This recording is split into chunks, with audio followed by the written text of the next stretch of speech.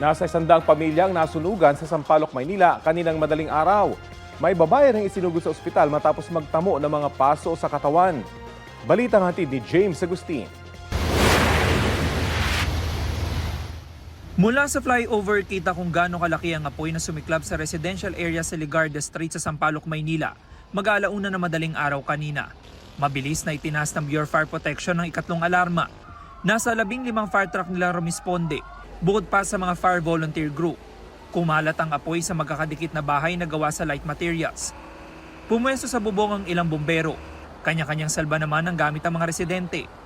Si Eric walang nailigtas na gamit sa bilis ng pangyayari.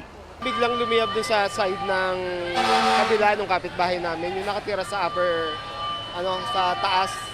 Tapos tuloy-tuloy na po yun. Mabilis po yung apoy eh. Ngayon, pagkakalat po, dire-diretso na po. Ang residente namang si Johannes, natutulog na raw na mangyari ang sunog.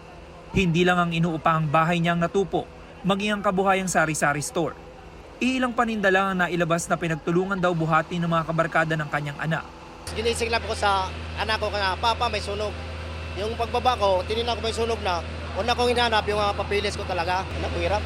Ay lalo, wala mga trabaho nga eh. Yun lang pinaka-anak buhay namin dyan eh. Makakain man lang.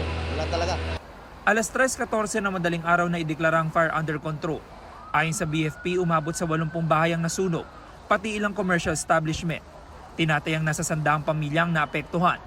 Inalam pa raw ng mga otoridad ang sanhi ng apoy. Makikita niyo yung kalsada ay maluwag naman, kabilaan. Ang lang natin pagdating sa loob, minsan na ubusan tayo ng tubig dahil hindi naman kaagad-agad nakakabalik ang ating mga fire truck na nag-refill. Okay naman po yung hydrant sa paligid, nakaka-supply naman po ng maayos. Isang babaeng residente ang kinilangan dalhin sa ospital matapos magtamo ng mga paso sa katawan. Pansamantalang tumutuloy ang mga residente sa basketball court ng Barangay 420. Kami naman dito sa barangay namin hindi namin sila pababayaan.